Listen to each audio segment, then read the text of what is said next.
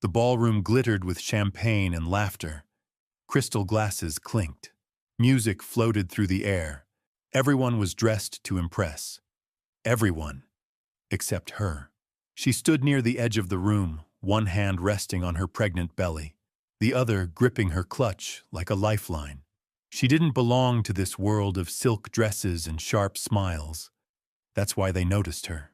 A woman in a designer gown glanced at her stomach and smirked. Is she even invited? Another laughed. Careful, she might stain the furniture. Then someone bumped into her on purpose. Hard. Her glass shattered.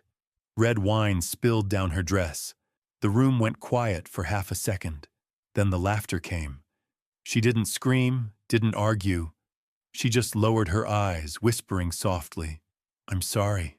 I didn't mean to cause trouble." That's when the doors at the back of the ballroom opened. Heavy footsteps, sudden silence.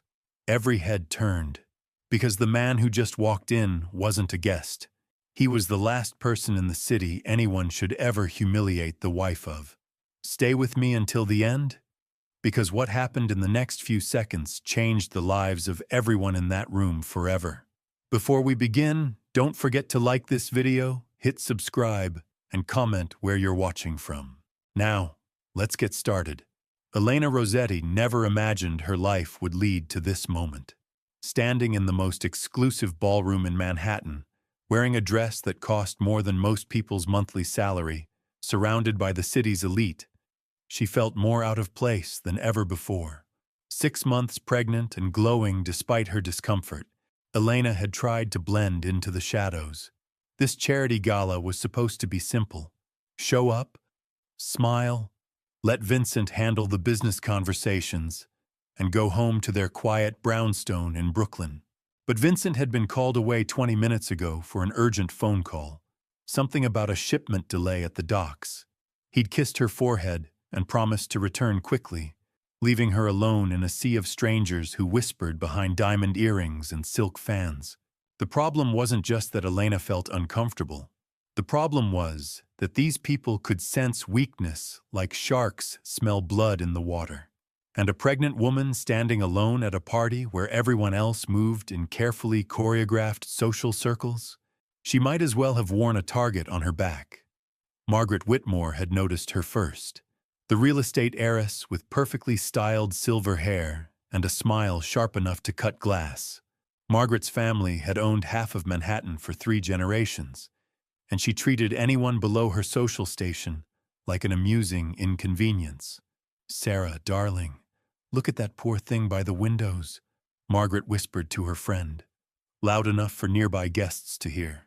"Someone should tell her this isn't a baby shower." Sarah Chen, wife of a prominent investment banker, giggled behind her champagne flute. "Maybe she's here for the catering staff, though I suppose even they dress better than that." Elena heard every word. Her cheeks burned with embarrassment, but she kept her eyes fixed on the city lights beyond the floor-to-ceiling windows. She'd learned long ago that reacting only made things worse. Better to stay quiet, stay invisible, and wait for Vincent to return. But invisibility wasn't an option when you were the only visibly pregnant woman in a room full of people who'd paid $10,000 a plate to attend this gala. The whispers followed her like shadows, growing bolder as more guests noticed the target. "Is that a Nordstrom dress?" someone snickered. "How quaint. Look how she's holding her purse, like someone might steal it. I heard Vincent Rosetti married some nobody from Queens. Apparently this is her." Elena's hands trembled slightly as she adjusted her clutch. The irony wasn't lost on her. These people had no idea who Vincent really was. To them, he was just another successful businessman with interests in import and export. They saw the expensive suits and generous donations to charity, but they missed the careful way men stepped aside when he walked through a room. They missed the deference in voices when people spoke his name. Vincent Rosetti wasn't just successful, he was untouchable. And anyone who truly understood the power structures of this city would never dream of disrespecting his wife. But Margaret Whitmore and her circle of socialites lived in a bubble of inherited wealth and manufactured importance. They measured power by country club memberships and charity board positions. They had no concept of the kind of influence Vincent wielded in the shadows. The wine incident happened so quickly that Elena barely had time to react. She'd been reaching for a small appetizer from a passing waiter when Margaret's friend Amanda deliberately stepped into her path. The collision looked accidental to anyone watching from a distance, but Elena felt the intentional force behind it. Her glass of red wine exploded against the marble floor in a shower of crystal and crimson. The expensive fabric of her navy blue dress, the one she'd chosen so carefully to look elegant and understated, was instantly ruined. Dark stains spread across her chest and down her skirt like spilled blood. The immediate silence that followed was deafening. Even the string quartet seemed to pause mid-note. Every conversation stopped. Every head turned toward the pregnant woman standing in a pool of broken glass and wine, her face burning with humiliation. Then the laughter started, not from everyone, but from enough people to make Elena's heart sink into her shoes. The sound echoed off the marble walls and crystal chandeliers, bouncing around the ballroom like a cruel symphony. "Oh my goodness!" Amanda gasped with fake concern, her hand flying to her chest in mock horror. "I'm so sorry. I didn't see you there." Margaret's laugh was particularly cutting. "Well, at least the stain matches her shoes." Elena stood frozen, one hand instinctively protective over her belly, where her unborn daughter seemed to respond to her mother's distress with urgent kicks. She felt utterly exposed, utterly helpless, surrounded by people who saw her pain as entertainment. "I'm sorry," she whispered, her voice barely audible over the continued murmurs and chuckles. "I didn't mean to cause trouble." The words came automatically, a reflex learned from years of trying to smooth over situations where she didn't belong. Even now, humiliated and dripping with wine, her first instinct was to apologize for existing in their space. What Elena didn't know was that her husband had finished his phone call 3 minutes ago. He'd been making his way back through the hotel's corridors, past oil paintings worth more than most people's houses and marble statues that belonged in museums.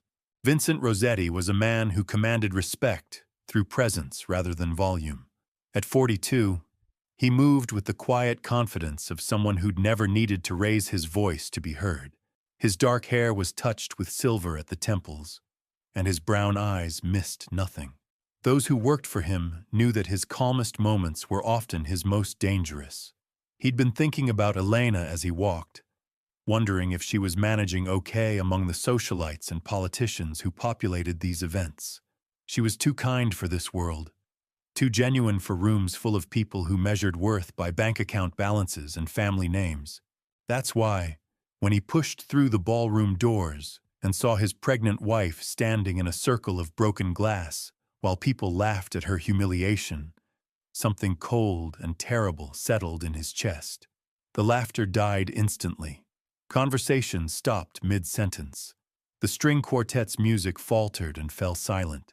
Vincent Rosetti had arrived, and everyone in that room was about to learn exactly what happened when you made the mistake of hurting the people he loved. Vincent's footsteps echoed against marble like gunshots in a cathedral. Each step was measured, deliberate, the sound cutting through the silence with surgical precision. He didn't rush. He didn't need to. The crowd parted before him like water before the bow of a ship. Men who controlled billion-dollar corporations suddenly found the floor fascinating. Women who'd inherited their power through bloodlines that traced back centuries stepped aside without thinking, driven by an instinct older than their trust funds. Margaret Whitmore felt her breath catch in her throat. She'd seen Vincent Rosetti at these events before, had even exchanged pleasantries about the weather and the charity's cause, but she'd never seen him like this. The man walking toward them wasn't the polite businessman who wrote generous checks and made small talk about real estate markets. This was someone else entirely. Elena looked up and felt her knees nearly buckle with relief. Vincent's eyes found hers across the room, and for just a moment, his expression softened. The fury didn't disappear, But it shifted, contained itself, became something more dangerous than raw anger. He reached her in what felt like slow motion, though it couldn't have been more than 15 seconds. The entire ballroom watched as Vincent Rosetti removed his black dinner jacket, with movements so controlled they seemed choreographed. He draped it around Elena's shoulders, covering the wine stains, shielding her from the stares. "Are you hurt?" His voice was quiet, meant only for her, but in the absolute silence of the ballroom, every word carried. Elena shook her head, not trusting her voice. Vincent's hand found the small of her back, steadying her, and she felt some of the humiliation begin to dissolve. She wasn't alone anymore. She was protected. Vincent's gaze swept across the crowd, cataloging faces, memorizing details. His eyes lingered on the broken glass at Elena's feet, the wine stains on her dress, the guilty expressions of those who'd been laughing moments before. "Gentlemen," Vincent said, his voice carrying easily across the ballroom despite its conversational volume. "Ladies," he nodded politely, as if he'd just arrived for cocktails rather than walking into the aftermath of his wife's humiliation. Margaret Whitmore cleared her throat, attempting to regain some semblance of social control. "Vincent, how lovely to see you. I'm afraid there's been a small accident." "Accident." Vincent repeated the word as if testing its flavor and finding it bitter. His eyes settled on Margaret, with the kind of attention that made her wish she could disappear into the marble floor. Amanda, the woman who'd caused the collision, tried to step backward into the crowd, but found her path blocked by other guests who suddenly didn't want to be associated with her. "It was just a bump," she said weakly. "These things happen at parties." Vincent's smile was winter itself. "These things happen." He looked down at the broken crystal scattered around his wife's feet, each shard catching the light from the chandeliers like fallen stars. "My wife was standing here, carrying my unborn child, and someone decided to make her the evening's entertainment." The way he said it made several people visibly flinch. There was no accusation in his tone, no anger, just a simple statement of fact. Somehow that was infinitely more terrifying than shouting would have been. "Now, I'm curious," Vincent continued, his hand still protectively placed on Elena's back. "Who wants to explain to me how a pregnant woman ends up covered in wine while a room full of people laughs?" The silence stretched like a held breath. Even the hotel staff had stopped moving, sensing that something significant was unfolding. Margaret's confidence was evaporating rapidly, but she made one last attempt to control the narrative. "Vincent, surely you understand that these charity events can be quite crowded. Sometimes people bump into each other. It's really no one's fault." Vincent nodded thoughtfully, as if considering this explanation. "No one's fault," he mused. "That's interesting." He reached into his jacket pocket and withdrew his phone, a simple gesture that somehow made half the room tense with anticipation. "You know what else is interesting? The security footage." Several faces went pale. In an age where everything was recorded, where social media turned private moments into public spectacles, the idea of video evidence was terrifying. "This hotel has excellent security," Vincent continued conversationally. "Cameras in every corner, high definition, perfect audio. I imagine the footage of the last 10 minutes would be quite illuminating." Amanda's face had gone white as fresh snow. "I told you, it was an accident." "Was it?" Vincent asked with genuine curiosity. "Because from where I'm standing, it looks like someone deliberately humiliated my wife while I was taking a business call. It looks like grown adults found entertainment in making a pregnant woman feel ashamed for existing in their space." The room was so quiet that Elena could hear her own heartbeat. Vincent's presence had transformed the entire atmosphere from one of cruel entertainment to something approaching a courtroom where judgment was about to be passed. "But perhaps I'm wrong," Vincent said with a slight shrug. "Perhaps this really was just an unfortunate accident between strangers who bear each other no ill will." Hope flickered in Margaret's eyes. Maybe this could still be smoothed over, explained away, forgotten. Vincent's next words extinguished that hope completely. "Of course, if it was an accident, then surely everyone here would want to make amends." Surely the people who laughed at my wife's pain would want to apologize for their reaction. Surely someone would want to ensure this kind of misunderstanding never happens again. His gaze moved slowly around the circle of guests, and Elena realized that her husband wasn't just angry. He was giving them a choice, a chance to do the right thing, to acknowledge what they'd done and make it right. But she could see in their faces that they didn't understand the gift they were being offered. They saw only a businessman making a scene at a charity gala. They had no idea they were standing at the edge of a cliff, and Vincent Rosetti was offering them a rope. Margaret straightened her shoulders, her breeding and arrogance overriding her instincts. "Vincent, I think you're overreacting. These things happen in polite society.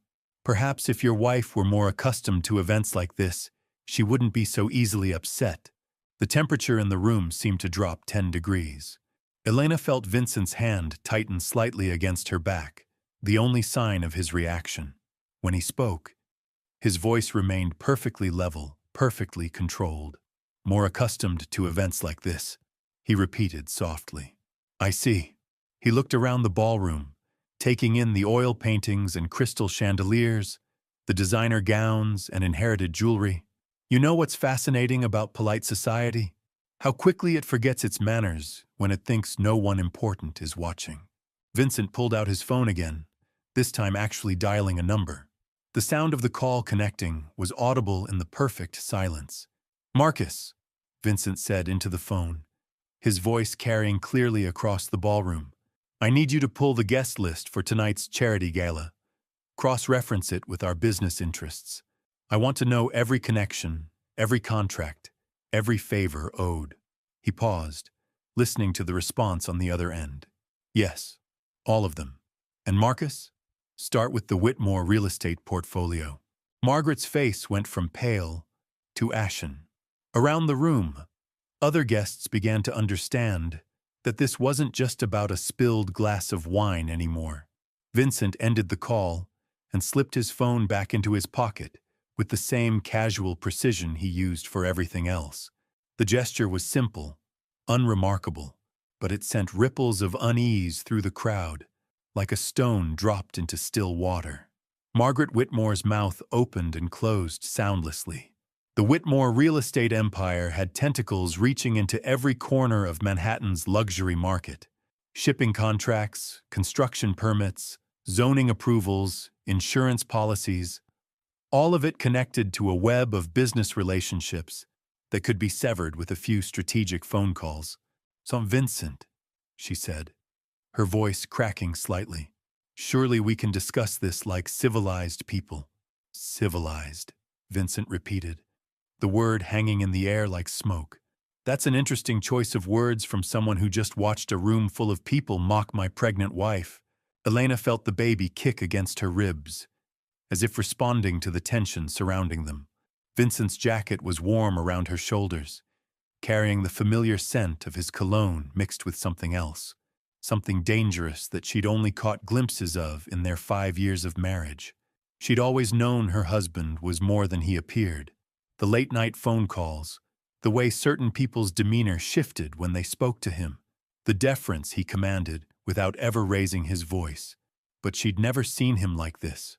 This wasn't the gentle man who brought her tea when she couldn't sleep or rubbed her feet when the pregnancy made them swell. This was Vincent Rosetti in his element, and it was terrifying. "Please," Amanda whispered, her earlier cruelty replaced by naked fear. "I didn't know who she was. I didn't mean any harm." "You didn't mean any harm," Vincent said thoughtfully. "But you caused harm anyway. That's the thing about actions. Intent matters less than consequences." He gestured toward Elena without taking his eyes off the crowd. "My wife is 6 months pregnant with our first child. She came here tonight because I asked her to accompany me to support a charity that helps underprivileged children. She wore her best dress, did her hair, put on makeup despite feeling tired, because she wanted to make me proud." His voice remained conversational, but something in it made several people step backward. Instead of an evening supporting a good cause, she got to experience what passes for entertainment among Manhattan's elite. Dr. Patricia Holbrook, A prominent surgeon who'd been watching from the edge of the circle cleared her throat nervously. Vincent, perhaps we're all overreacting. These charity galas can be stressful environments. Maybe we should just move on and enjoy the rest of the evening.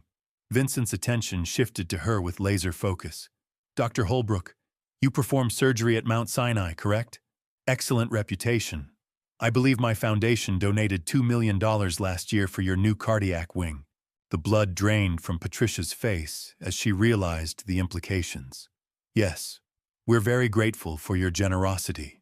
Generosity, Vincent mused. It's amazing how quickly generosity can turn into business decisions, how quickly donations become investments that require careful evaluation. Around the room, other guests were beginning to connect the dots. The Rosetti name wasn't just attached to import businesses and real estate ventures. Vincent's influence extended into hospitals, universities, art museums, and cultural institutions throughout the city. His foundation's money had fingers in dozens of the causes and organizations these people cared about. Elena watched her husband work and felt a mixture of awe and apprehension. She'd married a man who could destroy lives with a phone call, and she'd never fully understood that power until this moment. But let's not get ahead of ourselves, Vincent continued, his tone shifting slightly. I'm a reasonable man. I believe in second chances, in the possibility of redemption. So I'm going to offer everyone here an opportunity to demonstrate the civilized behavior Dr. Holbrook mentioned. The hope that flickered in several faces was almost painful to watch. My wife deserves an apology, Vincent said simply. Not because of who I am or what I might do, but because she's a human being who was treated cruelly while carrying our child. Anyone who participated in that cruelty, through action or laughter or simple indifference, has a chance to make it right. Margaret's pride warred with her survival instinct. The Whitmore name had opened doors in this city for over a century. The idea of publicly apologizing to someone she considered beneath her social station went against everything she'd been raised to believe about hierarchy and place. But the look in Vincent Rosetti's eyes suggested that pride might be a luxury she could no longer afford. I apologize, she said stiffly, the words seeming to physically pain her. The incident was unfortunate, and I regret any distress caused to your wife. Vincent tilted his head slightly, like a predator studying wounded prey. That's a start, he said.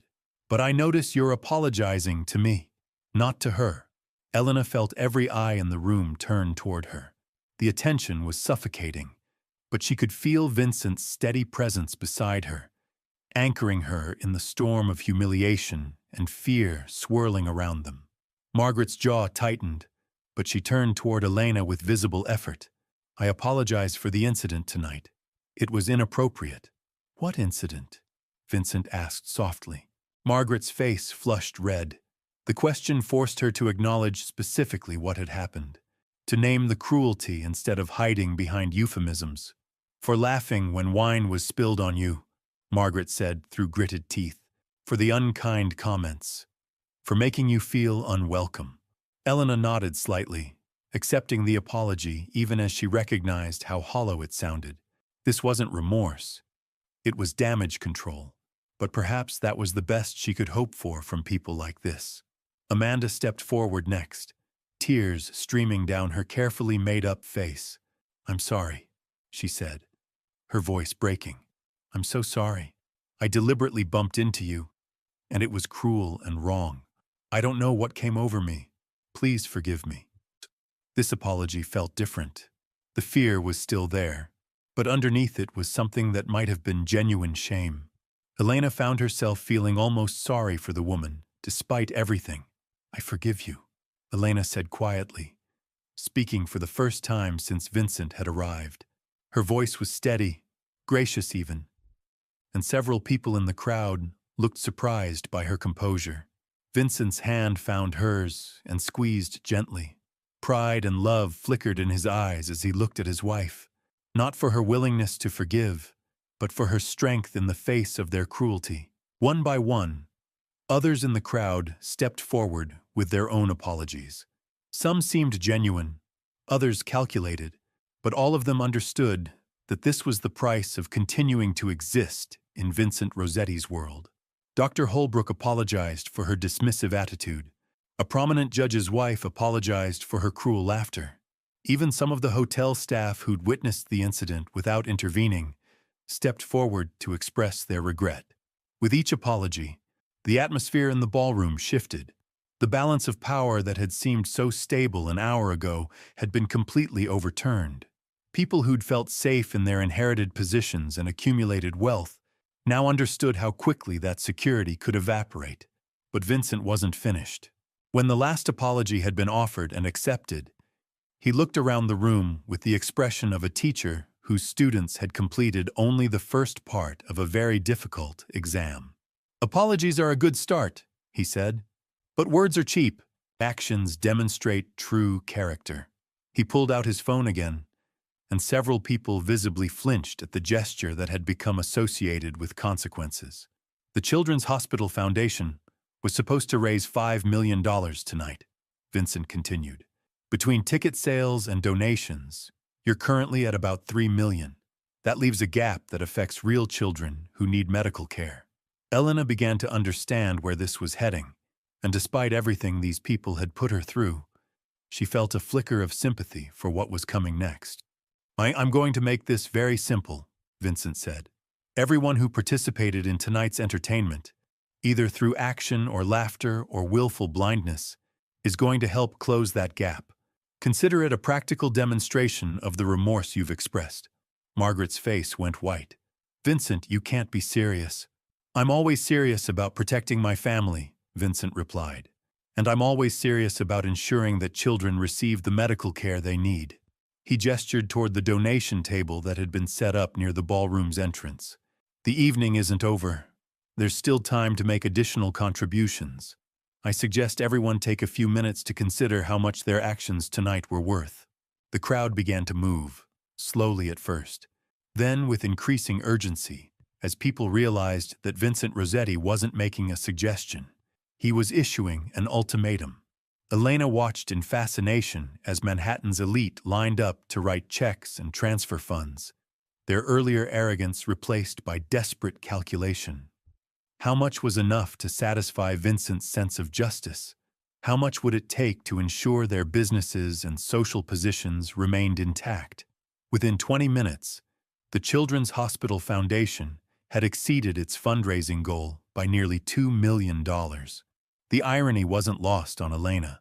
Her humiliation had generated more money for sick children than the entire evening's program had managed. But as the last check was written and the last electronic transfer completed, Elena realized that Vincent's lesson wasn't finished. The money was just the beginning.